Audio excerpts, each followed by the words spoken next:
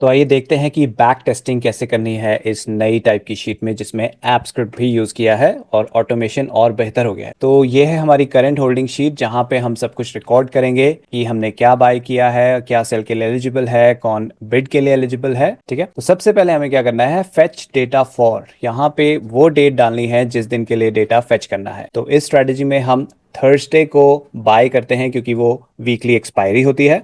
ठीक है, तो यहाँ पे हमें थर्सडे की डेट डालनी है। तो जो बैक टेस्टिंग मैंने अपनी शीट में करी थी वही डेट मैं यहाँ पे डाल के आपको दिखाता हूँ ताकि वही सेम काइंड ऑफ रिजल्ट्स हमारे पास आए। तो 24 अगस्त 2023 से मैंने स्टार्ट करी थी, वो डेट मैंने ऑलरेडी यहाँ पे डाल दी है। ठीक है, ये डेट डालते ही यहाँ पे बाय वाले सेक्शन में जहाँ आ रहा है ये सारा डेटा, यहाँ से हमें पता चल जाता है कि क्या क्या बाय करना है। पहले क्या करना पड़ता था, यहाँ से पूरा कॉपी कीजिए, सेलेक्ट कीजिए, कॉपी कीजिए और यहाँ पे मैनुअली पेस्ट एज वैल्यूज करना होता था। लेकिन थैंक्स टू एपस्क्रिप्ट अब ये सब हम ऑटोमेशन से कर सकते हैं। जब आप पहली बार ये स्क्रिप्ट्स के बटन दबाएंगे तो स्क्रिप्ट चलेगी, लेकिन स्क्रिप्ट चलने से पहले हमें ऑथराइज करना पड़ता है। ये वन टाइम प्रोसेस है ऑथराइजेशन का। तो क्या करना होगा, जब आप किसी भी स्क्रिप्ट वाले बटन पे दबाएंगे, जैसे फॉर एग्जांपल मैं सेल बटन दबाता हूं, तो ये वाला पॉपअप आएगा, authorization required, script attach to this document needs your permission to run. क्योंकि देखिए, आप स्क्रिप्ट किस सोर्स से ला रहे हैं गूगल शीट को नहीं पता।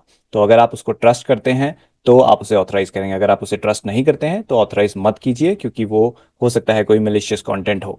तो ये मेरी बनाई हुई स्क्रिप्ट है, तो मेरे कंटेंट में सब कुछ जेन्युइन है, तो आप इसे ऑथराइज कर सकते हैं। लेकिन अगर आपने कहीं और से लाके स्क्रिप्ट पेस्ट करी है तो ऑथराइजेशन मत कीजिएगा। ये पॉपअप खुलेगा, यहाँ पे आपके ईमेल एड्रेस आ जाएंगे जो जो क्रोम में साइंड इन है। आप वो वाला ईमेल एड्रेस सेलेक्ट कीजिए जिससे आपको ऑथराइजेशन करना है। तो मैं अपना सेलेक्ट करता हूँ, उसके बाद ये पॉपअप आएगा। ठीक है, यहाँ पे जाके एडवांस पे क्लिक करना है। यहाँ पे जो सबसे नीचे आ रहा है वो स्क्रिप्ट का नाम है। ठीक है, जो स्क्रिप्ट इस गूगल शीट से अटैच्ड है उसका नाम है, इस पे क्लिक करेंगे। फिर ये फाइनल पेज आएगा, सारी डिटेल्स है कि क्या होता है इस ऑथराइजेशन से। अगर आपको पूरा डिटेल जानना है पूरा पढ़ सकते हैं। फाइनली जब आप कंटिन्यू पे क्लिक करेंगे तो ऑथराइजेशन पूरा हो जाएगा और उसके बाद स्क्रिप्ट रन हो जाएगी। तो ऐसे करनी है ऑथराइजेशन आपको स्क्रिप्ट की। तो यहाँ सिर्फ मुझे बाय न्यू का बटन दबाना है, ये चारों डेटा कॉपी होके नीचे ऑटोमेटिकली पेस्ट हो गए। अब यहाँ पे दो और आ रहे हैं क्योंकि दो और एलिजिबल हैं। तो इस स्ट्रेटेजी के हिसाब से जितने भी एलिजिबल होंगे हम सब बाय करेंगे। मैक्सिमम ईटीएफ हमारी पूरी शीट में है 14, यानी कि 14 मैक्स आ सकते हैं बाय। लेकिन जो ऑलरेडी बाय कर चुके होंगे हम, अगली बार वो दोबारा बाय नहीं आएंगे, वो तभी आएंगे जब वो एवरेजिंग के लिए एलिजिबल होंगे। ठीक है, तो अभी फिलहाल हमारे पास 4 बाय ऑलरेडी हमने कर लिए हैं, 2 बाय और वेटिंग में है। तो दोबारा बाय न्यू बटन दबाते हैं और वो भी बाय होकर यहाँ डेटा रिकॉर्ड हो गया with in a few seconds. कोई झंझट नहीं, कोई सिलेक्शन नहीं, कोई कॉपी पेस्ट नहीं, सब कुछ आराम से हो गया, बस क्लिक ऑफ अ बटन। तो एक और ऑटोमेशन मैंने यहाँ पे डाला है, ये पता लगाने के लिए कि क्या अगले 6 दिनों में किसी भी ईटीएफ में सेलिंग आने वाली है। उसके लिए मैंने यहाँ पे निकाला है max close price from by two next 6 days. तो जिस भी दिन हमने बाय किया और सेलेक्टेड डेट जो कि यहाँ पे डेट है, उसके नेक्स्ट 6 डेज तक की डेट यहाँ पे ऑटोमेटिकली आ जाती है। तो इस डेट रेंज में जब बाय किया, फॉर एग्जाम्पल बैंक बीज को 24 अगस्त 2023 को बाय किया, यहां से लेकर नेक्स्ट 6 डेज में डेट आ रही है 30 अगस्त 2023। शीट ऑटोमेटिकली चेक करेगी कि मैक्सिमम प्राइस कितना गया था, और ये क्लोजिंग बेसिस पे प्राइस है। ईटीएफ में जो मैक्स होते हैं कई बार नकली होते हैं, जो हाई बनते हैं डेली बेसिस पे, नकली इन द सेंस हम उसे रिटेलर्स ट्रेड नहीं कर सकते। तो मैंने यहाँ पे क्लोजिंग प्राइस निकाला है ताकि एक्चुअल हम जो एक्चुअली में कर पाते वही निकल के आए हमारे पास और वही वैल्यूज हम यूज करें। तो max close price from by two next 6 days sheet automatically निकालती है, हर एक ईटीएफ का यहाँ पे डाल देती है। फिर चेक करती है कि जो हमने प्राइस पे बाय किया था और जो मैक्स किया कितना परसेंटेज ऊपर गया। अगर ये परसेंटेज हमारा जो टारगेट प्राइस का परसेंटेज है जो कॉलम के में आ रहा है, अगर उसके बराबर या उससे ऊपर होता है, यानी कि वो सेलिंग के लिए एलिजिबल हो गया। तो यहाँ पे यस लिखा आ जाएगा कॉलम डब्ल्यू में, जहां है target met in next 7 days. ठीक है, नेक्स्ट 6 डेज में टारगेट मीट हुआ जिसमें होगा यस आ जाएगा, और किस दिन मीट हुआ वो भी यहाँ पे डेट आ जाएगी। ठीक है, इन सब की ट्रैकिंग मैंने राइट हैंड साइड में यहाँ पे की है। अब किसी में भी नहीं है क्योंकि कोई मैक्स गया ही नहीं उस परसेंटेज तक, इसलिए ये खाली है। टॉप में काउंट आ जाएगा कितने एलिजिबल हैं, और सबसे जो मिनिमम डेट होगी, जो सबसे पास की डेट होगी, वो यहाँ पे आ जाएगी ताकि हम सीधा सीधा वो शीट में सेलेक्ट कर सकें। हर एक दिन का हमें टेस्टिंग रन नहीं करनी पड़ेगी। तो मैंने यहाँ क्या किया, थर्सडे का डेटा निकाला, जो जो बाय के लिए एलिजिबल थे वो सब बाय कर लिए। अब सिर्फ सेलिंग हो सकती है with in the next 6 days. Buying सिर्फ और सिर्फ थर्सडे पे होती है या फिर जब भी हमारा क्लोजिंग होता है वीकली एक्सपायरी का। ठीक है, तो जब मैं यहाँ पे थर्सडे की डेट सेलेक्ट करता हूँ, अगर थर्सडे को छुट्टी होगी तो ऑटोमेटिकली शीट उससे एक दिन पहले ट्रेडिंग का डेटा निकाल लेती है, वेंसडे ट्यूसडे जो भी होगा ट्रेडिंग वो हमें दिखाती है और हमें वहाँ बाइंग उसके हिसाब से दिखा देता है कि बाइंग है या बेड है। तो सिर्फ और सिर्फ थर्सडे को बाय करते हैं हम, चाहे वो न्यू बाय हो चाहे वो एवरेजिंग के लिए हो। सेलिंग किसी भी दिन आ सकती है, ठीक है। तो सेलिंग के लिए हमें पहले क्या करना पड़ता था, पिछली बैक टेस्टिंग में एक एक दिन का डेटा रन करना पड़ता था, लेकिन उसको भी मैंने ऑटोमेट कर दिया। अब सीधा सीधा हम हफ्ते की टेस्टिंग कर पाएंगे और कभी सेलिंग यहाँ दिखती है तो ही हमें उस पर्टिकुलर डे का करना पड़ेगा, वो अभी मैं एग्जाम्पल में आपको दिखाता हूँ। तो थर्सडे 24 वाला हमने सब बाय कर लिया और कोई सेलिंग नहीं आ रही नेक्स्ट 6 डेज तक, यानी कि मैं अब सीधा अगले थर्सडे पे जंप कर लेता हूँ। यहाँ डबल क्लिक करते ही कैलेंडर पॉपअप होगा और यहाँ से मैं थर्सडे की डेट पे क्लिक करूंगा। शीट में सारा डेटा डाउनलोड होता है जो कि ये स्कैनर शीट में यहाँ पे हो रहा है। उससे शीट पता लगाती है कि कौन से ईटीएफ में कौन सा ट्रेंड है, बुलिश है, बेयरिश है। ग्रीन टीम का ये है और यहाँ पे रेड टीम का सारा ट्रेंड निकालती है और उसके बेसिस पे हमें बाइंग सजेस्ट करती है। तो स्ट्रेटजी में क्या है, जो ग्रीन टीम है जब वो बुलिश होती है तो उसकी बाइंग सजेस्ट होती है, और जो रेड टीम है जब वो बेयरिश होती है उसमें बाइंग सजेस्ट होती है, ठीक है। और जो हमने ऑलरेडी बाय कर लिए हैं उसको शीट यहाँ पे फिल्टर आउट भी करते हुए चलती है। तो देखिए यहाँ पे ग्रीन टीम के 4 वैसे बुलिश हैं लेकिन 2 हम बाय कर चुके हैं, यानी कि बाकी जो 2 बचे हैं उसके लिए अब बाइंग आ रही होगी हमारी शीट में, जो कि ऊपर टॉप में फिल्टर होके आ जाते हैं। और यही डेटा फाइनली फिल्टर होके यहाँ पे हमारी शीट में दिख जाता है, ताकि बार बार हमें स्कैनर शीट में ना जाना पड़े। ओके, ये समझाने के लिए मैंने आपको स्कैनर शीट दिखाई है, क्योंकि एक्चुअली डेटा कैलकुलेशन प्रोसेसिंग सब स्कैनर शीट में हो रही है। करंट होल्डिंग में वहां से यहाँ पे सीधा आ जाता है डेटा, ताकि करंट होल्डिंग में ही हम सब कुछ देख सकें और यहीं से सब कुछ कंट्रोल कर सकें। तो अब हमारा 31 अगस्त का थर्सडे का डेट डाल दिया, ये 3 न्यू बाइज आ रहे हैं। अगेन बाय न्यू बटन दबाऊंगा, ये तीनों डेटा कॉपी होके जो लास्ट की एम्प्टी रोज है वहां पे पेस्ट हो जाते हैं, ठीक है। इनकी क्या वैल्यूज कॉपी पेस्ट होती है, ये जो येलो में आ रही हैं वही वैल्यूज यहाँ ऊपर से कॉपी होके यहाँ नीचे पेस्ट हो जाती हैं। बाकी का डेटा सब कुछ ऑटोमेटिकली फॉर्मूला से नीचे ही पुल होता है, ठीक है। इसके बाद फिर से शीट ने अब चेक करा कि बैंक बीस का 24 अगस्त से लेके 6 सितंबर तक मैक्सिमम क्लोजिंग प्राइस क्या गया और वो कितना परसेंट ऊपर था हमारे बाई प्राइस से। तो यहाँ पे हम देख सकते हैं किसी में भी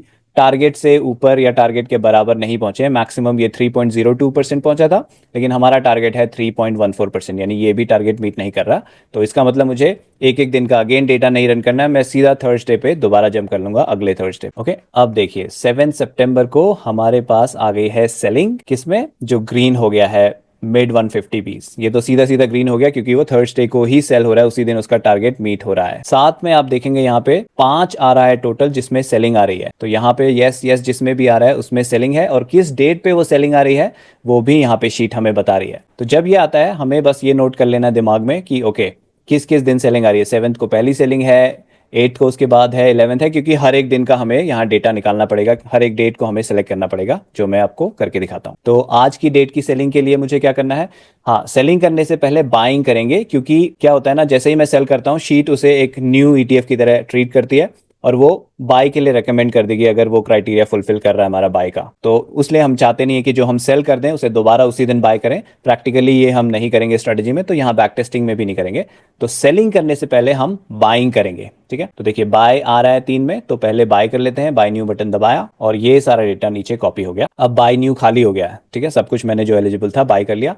अब मैं सेलिंग करूंगा। सेलिंग के लिए मुझे क्या करना है, यहां पे सिर्फ सेल बटन दबाना है। जितने भी सेल के लिए एलिजिबल होंगे एक एक करके वो कॉपी होंगे और सोल्ड शीट में ऑटोमेटिकली पेस्ट होते चले जाएंगे और यहां से डिलीट होते चले जाएंगे सिर्फ एक बटन के क्लिक से। फिलहाल अभी एक ही एलिजिबल है तो एक पे एक्शन होगा। देखिए कैसे होता है, सेल बटन दबाता हूं, शीट जाके उस रो को पहचानती है, कॉपी करा, यहाँ पेस्ट करा और यहाँ से डिलीट कर दिया, ठीक है। सोल्ड शीट में जाएंगे तो देखिए ये मिड 150 पीस का 7 सितंबर का सेलिंग शीट ने रिकॉर्ड कर लिया और यहाँ से डिलीट कर दिया सिर्फ एक बटन के क्लिक से। अब देखिए जो मैं कह रहा था मिड 150 बीज अब बाय के लिए एलिजिबल हो गया है, लेकिन देखिए यहाँ पे शीट सिर्फ ये चेक करिए कि इस दिन इसका बुलिश कैंडल था, बियरिश कैंडल था, डिपेंडिंग की वो ग्रीन टीम से है या रेड टीम से है, और बाइंग के लिए वो दे देती है। लेकिन क्योंकि हम आज सेल कर चुके हैं दोबारा बाय नहीं करेंगे, इसलिए हम बाय का एक्शन पहले करते हैं और फिर सेल का एक्शन करते हैं ताकि ये कंफ्यूजन ना हो। और इस दिन की मैं बाइंग कर चुका हूं 7 सितंबर की, तो ये यहाँ पे आ भी रहा है तो भी मैं बाय न्यू नहीं दबाऊंगा, क्योंकि दोबारा क्यों बाय करूं जो मैंने आज ही सेल किया है। ऑलराइट, अब हमें क्या करना है, जो नेक्स्ट सेलिंग डेट है उस पे जाना है। तो नेक्स्ट सेलिंग कब आ रही है, 8 सितंबर को। यहाँ पे देखिए मिनिमम आ जाता है ऑटोमेटिकली, जो भी इन सारी डेट्स में सबसे पहले आने वाली होगी वो यहाँ पे आ जाती है। और इस डेट को कॉपी करके यहाँ पे पेस्ट करना। दो तरीके से आप कर सकते हैं, डबल क्लिक कीजिए, मैनुअली सेलेक्ट कर लीजिए, या फिर मैंने एक शॉर्टकट दिया है नेक्स्ट सेल डेट का बटन। तो ये जब मैं क्लिक करता हूँ, जो भी डेट यहाँ पे आ रही होती है वो ऑटोमेटिकली यहाँ पेस्ट हो जाती है, और फिर वो सारा डेटा उस दिन का निकालता है शीट कि उस दिन का प्राइस क्या था, और जिसमें भी सेलिंग आ रही होगी वो ग्रीन में आ जाते हैं। तो यहाँ देखिए ये ग्रीन में आ गया, सेल बटन दबाया, ये ऑटोमेटिकली यहाँ से कॉपी होगा, सोल्ड शीट में पेस्ट होगा और यहाँ से डिलीट हो जाएगा। सेलिंग का एक्शन कंप्लीट। अब जब शीट ऐसा करती है तो यहाँ पे जो पहले डेट्स आ रही थी वो गायब हो गई हैं। गूगल के एंड से कुछ लैग आ जाता है या क्या हो जाता है, यहाँ पे देखिए सब लोडिंग लोडिंग लोडिंग में अटक गया, इसलिए वो डेट्स पॉपुलेट नहीं हो पा रही हैं। तो इसके लिए भी मैंने आपको एक बटन दिया है, रिफ्रेश बटन। जब आप इस पे क्लिक करेंगे, ये जो सारे कोड्स हैं ईटीएफ के, ये डिलीट होते हैं शीट से और वापस ये आ जाते हैं। इससे क्या होता है, उनका डेटा फिर से शीट पुल करती है और फिर से सारा डेट वगैरह सब कैलकुलेट करके यहाँ दिखा देती है विद इन फ्यू सेकंड। तो रिफ्रेश बटन पे क्लिक किया मैंने, ये सारे डिलीट हुए, वापस आ गए शीट में, और देखिए फिर डेट्स पॉपुलेट हो गई। तो अब 11 सितंबर नेक्स्ट है, तो मैं नेक्स्ट सेल डेट पे यहाँ क्लिक करता हूँ और 11th यहाँ कॉपी पेस्ट हो गई, और अब देखिए तीन तीन सेलिंग के लिए एलिजिबल है। तो अब मैं जब सेल बटन दबाऊंगा, एक एक करके इनका डेटा कॉपी पेस्ट होगा, फिर यहाँ से वो डिलीट होगा, फिर नेक्स्ट का कॉपी पेस्ट होगा, वो डिलीट होगा, और फिर फाइनली थर्ड वन का। तो जितने भी सेल के लिए एलिजिबल होंगे, सिर्फ एक बार बटन दबाने से वो सब कुछ एक्शन कर लेगा। और ऊपर टॉप में दिखाता भी है रनिंग स्क्रिप्ट। जब तक ये रनिंग है तब तक हमें कुछ नहीं करना है, कोई बटन नहीं दबाना है, कुछ नहीं करना है, इसको पूरा रन होने देना है, अपने आप सब कुछ करेगा। और जब ये पूरा कंप्लीट हो जाएगा, ऊपर लिखा आ जाएगा फिनिश्ड। ठीक है, फिनिश्ड स्क्रिप्ट। अब मैं नेक्स्ट एक्शन ले सकता हूं। तो ये सब कुछ ऑटोमेट हो गया है इस ऐप स्क्रिप्ट की मदद से। तो इस तरह से आगे की बैक टेस्टिंग आप खुद से कर सकते हैं।